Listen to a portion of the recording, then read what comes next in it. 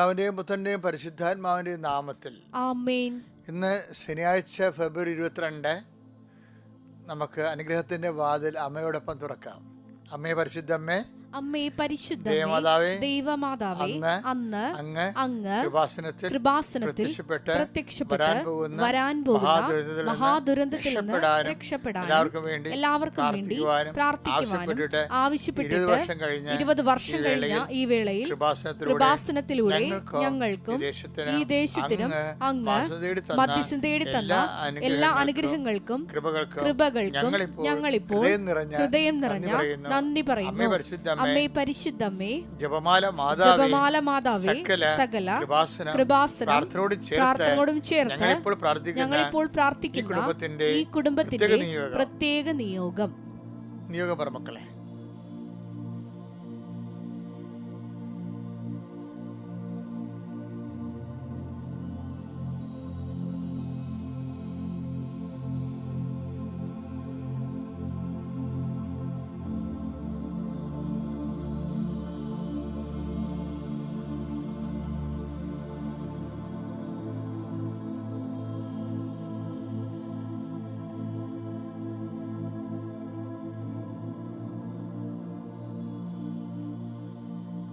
അമ്മയുടെ പ്രത്യക്ഷീകരണത്തിന്റെ ദ്വാദശക വേളയിൽ ഞങ്ങൾക്ക് സാധിച്ചു തരുവാൻ കനിയണമേ.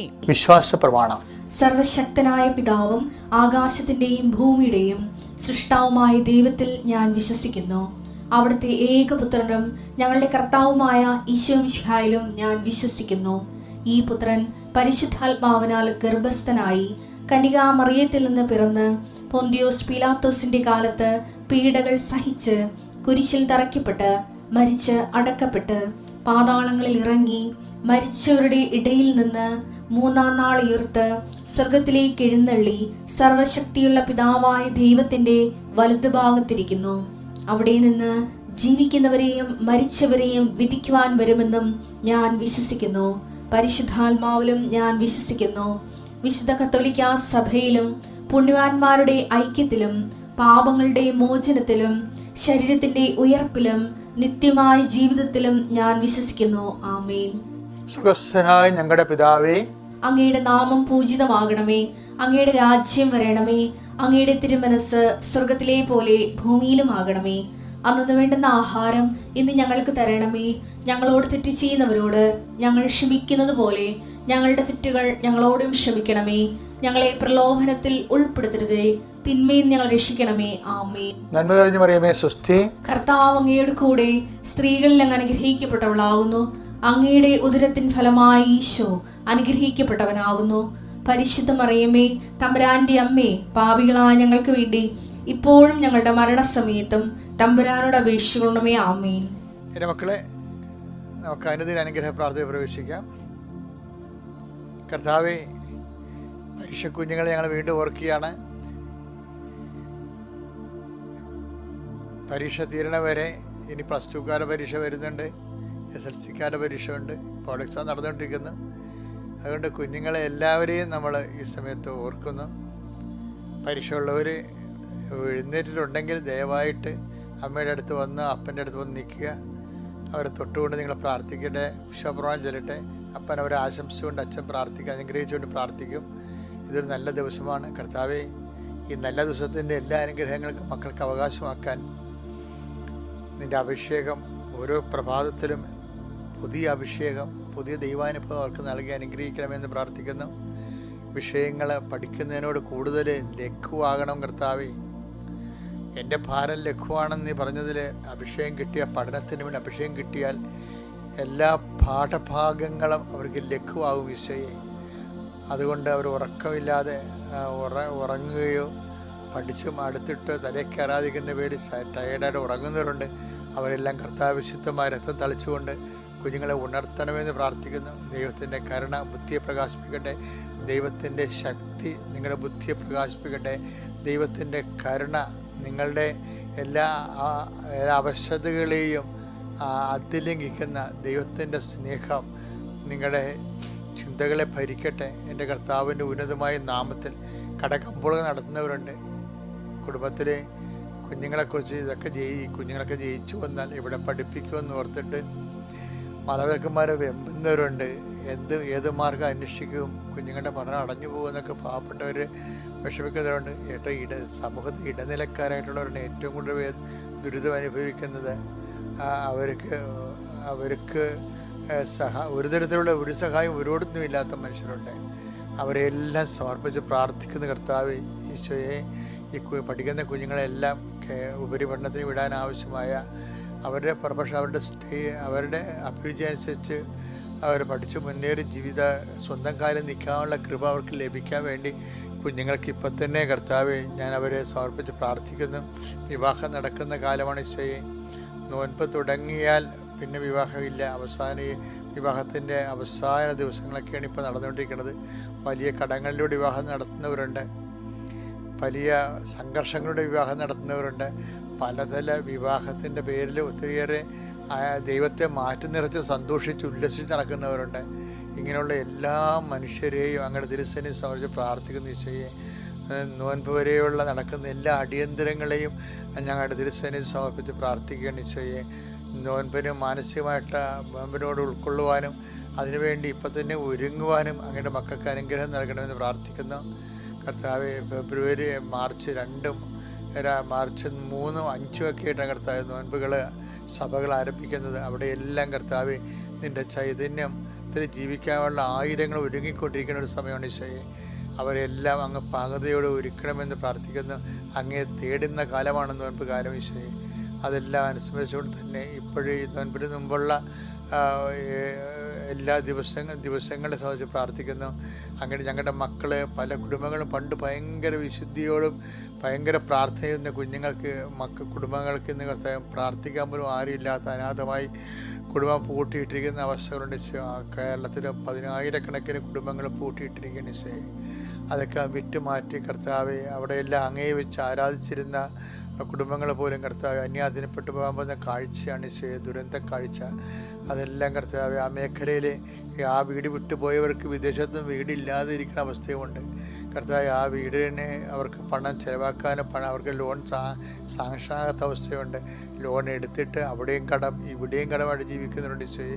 ഇങ്ങനെ എന്തെല്ലാം പുതിയ കാലത്തെ പുതിയ സങ്കടങ്ങളെ കർത്താവെ അങ്ങയുടെ തിരുസന്നിധി കണ്ണീരോടെ സമർപ്പിച്ചുകൊണ്ട് അവർക്ക് എല്ലാവർക്കും വേണ്ടി ഞാൻ പരിശുദ്ധ അമ്മ കൃപാസന ആൾത്താരെ ജീവനോടെ പ്രത്യക്ഷപ്പെട്ട പരിശുദ്ധ അമ്മ, ഓരോ സഞ്ചാരി മാതാവ്, സമയത്തിൻ്റെ അധികാരി എല്ലായിടത്തും കടന്നു ചെന്നുകൊണ്ട് എല്ലാവരും സന്ധിക്കാൻ ഈ ദിവസം പരിശുദ്ധ അമ്മയ്ക്ക് സമർപ്പിക്കുന്നു. ശനിയാഴ്ച അമ്മയുടെ ദിവസം, അനുഗ്രഹത്തിൻ്റെ ദിവസം നിങ്ങൾക്ക് അവകാശമാകട്ടെ. ദൈവം നിങ്ങളെ അനുഗ്രഹിക്കട്ടെ. മക്കളെ, നമ്മളെ ഇന്ന് വായിക്കേണ്ടതേ സങ്കീർത്തനം 30:7 ഒന്ന് വായിച്ചേ. അങ്ങ് മുഖം മറച്ചപ്പോൾ. ദൈവത്തിന് അങ്ങനെയൊക്കെ ചില വിഷയങ്ങളുണ്ട് കണ്ട. അങ്ങ് മുഖം മറച്ചപ്പോൾ ഞാൻ പരിഭ്രമിച്ചു പോയി. അതെ, ചില സമയത്ത് നമുക്ക് പ്രസൻസ് ദൈവത്തിൻ്റെ സാന്നിധ്യം ആബ്സെൻ്റായിട്ട് ഫീൽ ചെയ്യും. നമ്മുടെ പ്രാർത്ഥനയ്ക്ക് ഒരു ഉത്തരം കിട്ടാതിരിക്കും. ഭയങ്കര നിർണായക നിമിഷങ്ങളൊക്കെ നമുക്ക് ഒരു ദൈവീയ വെളിച്ചം കിട്ടാത്ത സമയങ്ങൾ കൊണ്ടാവും. ആദ്യം ജീവിതത്തിൻ്റെ ഭാഗമാണ്. അതുപോലെ തന്നെ സുഭാഷിതം 1:20 വായിച്ചേ. അപ്പോൾ അവർ എന്നെ വിളിക്കും. അപ്പോൾ അവർ എന്നെ വിളിക്കും, ഞാൻ വിളി കേൾക്കുകയില്ല. ഞാൻ മൈൻഡ് ചെയ്യത്തില്ലെന്ന്, ഞാൻ വിളി കേൾക്കുകയില്ല. ജാഗരൂകതയോടെ എന്നെ അന്വേഷിക്കും. ജാഗ്രതയോടെ എന്നെ അന്വേഷിക്കും, കണ്ടെത്തുകയില്ല. പിന്നെ നെഗറ്റീവ്സ് ഒത്തിരി ഉണ്ട്. പ്രാർത്ഥന ഒത്തിരി റിജക്ഷൻ റേറ്റ് ഉണ്ട്. ഇപ്പം നമ്മൾ പറയാം ഞാൻ സിമ്പിളായിട്ട് പറഞ്ഞ കേട്ടോ, നിങ്ങൾ വേറെ ഒന്നും ധരിക്കരുത്. ഇത് പള്ളിപ്രസംഗമൊന്നുമല്ലേ, കാഷ്വൽ ടോക്സ് എന്ന് പറഞ്ഞാൽ ഇതിനെ. അതായത് നമ്മളെ ചില സ്ഥലത്തൊക്കെ വിടുമ്പോൾ അവർ പറയല്ലേ, അയ്യോ ആ രാജ്യത്ത് പോകാൻ പറ്റിയില്ല, അവിടെ എന്താണ് അവിടെ ഭയങ്കര റിജക്ഷൻ, വിസയ്ക്ക് ഭയങ്കര റിജക്ഷൻ റേറ്റാണെന്ന് പറയും. എന്ന് വെച്ച് കഴിഞ്ഞാൽ അതിൻ്റെ റിജക്ഷൻ്റെ കൂടുതലാണെന്നാണ് പറയണത്. അപ്പോൾ ചില ആൾക്കാർക്ക് ഈ പ്രാർത്ഥനയ്ക്ക് ഈ സംഭവം വരും. അതായത് പ്രാർത്ഥനയ്ക്ക് റിജക്ഷൻ റേറ്റ് കൂടും. അത് പ്രാർത്ഥനയുടെ പ്രാർത്ഥനയ്ക്ക് നമുക്ക് പ്രത്യേകിച്ച് ഇൻവെസ്റ്റ്മെൻ്റ് ഒന്നും ഇല്ലല്ലോ. ശബ്ദം മാത്രം ഇൻവെസ്റ്റ് ചെയ്താൽ മതി. നാക്കിങ്ങനെ അങ്ങോട്ട് മൂവ് ചെയ്യണം. പിന്നെ ശബ്ദമാണ് നമ്മൾ ഇൻവെസ്റ്റ് ചെയ്യണം, അല്ല വേറെ എന്താ. ഞാൻ നോക്കിയിട്ടൊന്നും കാണുന്നില്ല. വിശ്വാസമാണ് വിശ്വാസം എന്ന് പറഞ്ഞാൽ അത് ഇപ്പം നിങ്ങൾ പറയും വിശ്വാസം നമ്മൾ ഇൻവെസ്റ്റ് ചെയ്യുന്നുണ്ട്. ഓക്കെ, വിശ്വാസം എന്ന് പറഞ്ഞാൽ കർത്താവ് ഏക്കണ്ടേ. ഒരുമാതിരിപ്പെട്ട ഈ വിശ്വാസമൊക്കെ എടുക്കാത്ത നാണയം പോലെയാണ്. അതെന്താ കാര്യം എന്ന് വെച്ചാൽ അതെന്താ കാര്യം? അതായത് ഇപ്പോൾ ഇന്നലത്തെ നമ്മൾ വായിച്ചില്ലേ 25:15-22 മത്തായിയുടെ സുവിശേഷം എന്താ പറയണത്? Oh woman, your faith is so great. അപ്പോൾ ആദ്യം റിജക്ഷൻ അല്ലായിരുന്നു അത്, മിണ്ടിയില്ലല്ലോ. 15:22 മത്തായിയുടെ സുവിശേഷത്തിൽ കർത്താവ് മിണ്ടിയില്ലെന്നല്ലേ പറയണത്. നമുക്ക് കഴിഞ്ഞ ദിവസങ്ങൾ ഉണ്ടായിരുന്ന ആ വിഷയം റിജക്ഷനാണത്. എന്താ കാര്യം? ഫെയ്ത്ത് ഗ്രേറ്റ് അല്ലാത്തത് കൊണ്ടാണ്. ഇപ്പം ഒരുമാതിരിപ്പെട്ടെങ്കിൽ അലങ്കോലപ്പെട്ട വിശ്വാസമില്ലേ, അതും ശരി ഇതും ശരി എന്നൊക്കെ പറഞ്ഞുള്ള വിശ്വാസം ഉണ്ടല്ലോ. അപ്പോൾ അങ്ങനെ അസുഖക്കാരുടെ എണ്ണം കൂടുതലാണിപ്പോൾ. അതും ശരി ഇതും ശരി. അപ്പോൾ അവർക്ക് ഒരു ഗിപ്പില്ല ദൈവത്തിലെ. അപ്പം അതുകൊണ്ട് തന്നെ റിജക്ഷൻ റേറ്റ് കൂടും. പക്ഷെ ഉടമ്പടിയെ സംബന്ധിച്ചിടത്തോളം റിജക്ഷൻ റേറ്റ് കുറവാണ്. ഉടമ്പടി വൃത്തിമേനായിട്ട് ചെയ്യണമെന്നുണ്ടെങ്കിൽ എന്താ കാര്യത്തിൽ അതിൻ്റെ അകത്ത് ഇൻവെസ്റ്റ്മെൻറ്റ് കൂടുതലാണ്. അതാ ഇൻവെസ്റ്റ്മെൻറ്റ് പ്രാർത്ഥന മാത്രമല്ലേ ഉള്ളത്. പിന്നെ എന്താണ് അതിൻ്റെ അകത്ത് അവൻ പറയണ പോലെ ചെയ്യല്ലേ, ചൊല്ലുക മാത്രമല്ല ചെയ്യണമല്ലോ. അപ്പം അതുകൊണ്ട് സ്വാഭാവികമായിട്ട് അവിടെ വിശ്വാസം പ്രഖ്യാപിക്കുന്നുണ്ട്, വിശ്വാസം പ്രയോഗിക്കുന്നുണ്ട്, വിശ്വാസം പ്രാർത്ഥനയായിട്ട് ആവിഷ്കരിക്കുന്നുണ്ട്. അപ്പോൾ അതുകൊണ്ട് റിജക്ഷൻ റേറ്റ് കുറവാണ് ശരിക്കും പറഞ്ഞാൽ ഈ ഉടമ്പടിയെ സംബന്ധിച്ചിടത്തോളം. അപ്പോൾ ഉടമ്പടി എന്ന് പറഞ്ഞു കഴിഞ്ഞാൽ ഈ പ്രാർത്ഥനയ്ക്ക് ചിലർ പറയല്ലേ ഇൻഷുറൻസ്. കഴിഞ്ഞ ദിവസങ്ങളിലൊക്കെ അങ്ങനെ ഉണ്ടായിരുന്നു ചില വിഷയത്തിൽ. ഇപ്പോൾ ഞാൻ കഴിഞ്ഞ ദിവസങ്ങളിലൊരു വീഡിയോ കണ്ടപ്പോഴേ അതിൻ്റെ അകത്ത് അജിയോപ്ലാസ്റ്റോ അല്ലെങ്കിൽ സ്റ്റെൻഡ് ഇടുന്ന ഹൃദയത്തിന്, അപ്പോൾ അതിൻ്റെ അകത്ത് ഇൻഷുർ ചെയ്യുന്നവരുണ്ട്. സർക്കാർ ആശുപത്രിയൊക്കെ ഇൻഷുർ ചെയ്യുന്നതാണ് പറയണത്. ചില ആശുപത്രി ഇൻഷുർ ചെയ്യത്തില്ല, പുറത്തുള്ള ആശുപത്രികളിലൊക്കെ. അപ്പോൾ ഇതുപോലെ തന്നെ അപ്പോൾ നമുക്ക് അതിൻ്റെ കേടായി കഴിഞ്ഞാൽ പിന്നെ നമ്മളിതിനെ പൈസ മുടക്കേണ്ടി വരും എന്ന് പറഞ്ഞ പോലെ ഇൻഷുർ ഒരു വിഷയമാണ്. ഈ ഉടമ്പടിയെ സംബന്ധിച്ചിടത്തോളം വിഷയം, ഉടമ്പടി നമ്മൾ കറക്റ്റായിട്ട് അവൻ പറയണ പോലെ ചെയ്തു കഴിഞ്ഞാൽ അത് കാര്യം ബൈബിളിനെ തന്നെ വിളിക്കണത് ഉടമ്പടി ബുക്ക് എന്നല്ലേ വിളിക്കണത്, ബൈബിളിനെ തന്നെ വിളിക്കണത്. അപ്പോൾ ദൈവം സത്യസന്ധനായിരുന്നാലും ഇപ്പോൾ ഒരു വചനമില്ലേ, എന്താണ് 2 തിമോത്തി 2:13 വചനമുണ്ട്. അതായത് നമ്മൾ അവിശ്വസ്തരായിരുന്നാലും അവൻ വിശ്വസ്തനായിരിക്കും എന്ന് വായിച്ചത്. നാം അവിശ്വസ്തരായിരുന്നാലും അവൻ വിശ്വസ്തനായിരിക്കും. എന്തെന്നാൽ തന്നെ തന്നെ നിഷേധിക്കാൻ അവന് സാധ്യമല്ല. അതാണ്. അതായത് ഉടമ്പടി അല്പം നമ്മൾ ഉഴപ്പിപ്പോയാലേ ദാറ്റ് ഈസ് ഇൻഷുർഡ്. അതെന്താ കാര്യം എന്ന് വെച്ചാൽ നമ്മുടെ അവിശ്വസ്തതയിലല്ല അത് റിലേ ചെയ്യണത്, ദൈവത്തിൻ്റെ വിശ്വാസ്യതയിലാണ്. കാര്യം തന്നെ നിഷേധിക്കാൻ അവന് കഴിയത്തില്ല. അതുകൊണ്ടാണ് ഞാൻ പറഞ്ഞത് സാധാരണ പ്രെയറിന് റിജക്ഷൻ റേറ്റ് കൂടുതലാണെന്ന് പറഞ്ഞതിൻ്റെ കാരണം അതാണ്. അതിന് ഗ്രൗണ്ട് ഈശ്വരല്ല, മറ്റത് ഉടമ്പടിയാണ്. ഞാൻ ഉടമ്പടി പ്രകാരം ജീവിക്കാമെന്ന് പറയുകയാണ്. അവൻ പറയണ പോലെ ചെയ്തുകൊള്ളാമെന്ന് പറഞ്ഞല്ലേ നമ്മൾ കൃപാസനത്തിൽ ഉടമ്പടി ചെയ്യണത്. അവൻ പറയണ പോലെ, അമ്മ അതല്ലേ പറഞ്ഞത്, അവൻ പറയണ പോലെ ചെയ്യുക. അവൻ പറയണ പോലെ ചെയ്യണ ആ ഒരു പ്രത്യേക ഒക്കേഷന് വേണ്ടി ഉള്ളതല്ലല്ലോ. ഇതാ കർത്താവിൻ്റെ ദാസി, നിൻ്റെ വചനം പോയി എന്നിൽ നിറവേറട്ടെ എന്നുള്ള മരിയൻ സ്പിരിച്വാലിറ്റിയുടെ ആ ബേസിലാണ് അമ്മ സംസാരിക്കുന്നത്. അമ്മ ആദ്യമേ ഇതിനേക്ക് മുമ്പും പറഞ്ഞിരിക്കണത് ഇത് തന്നെയാണ് പറഞ്ഞത്, അല്ല മാറ്റി പറഞ്ഞിട്ടില്ല. ഇതെങ്ങനെ സംഭവിക്കും, ഞാൻ പുരുഷനെ അറിയുന്നില്ല എന്ന് പറയുമ്പോൾ പരിശുദ്ധാത്മാവ് നിൻ്റെ മേൽ വരുമെന്ന് പറയും. പരിശുദ്ധാത്മാവ് നിൻ്റെ മേൽ വരുന്നതിനെ കുറിച്ച് പറയുമ്പോൾ അമ്മ പറയണത് behold the handmaid of the lord. പരിശുദ്ധാത്മാവ് എന്ന് പറയുമ്പോൾ തന്നെ പറയണത് behold the handmaid of the lord, be to done to me according to thy word.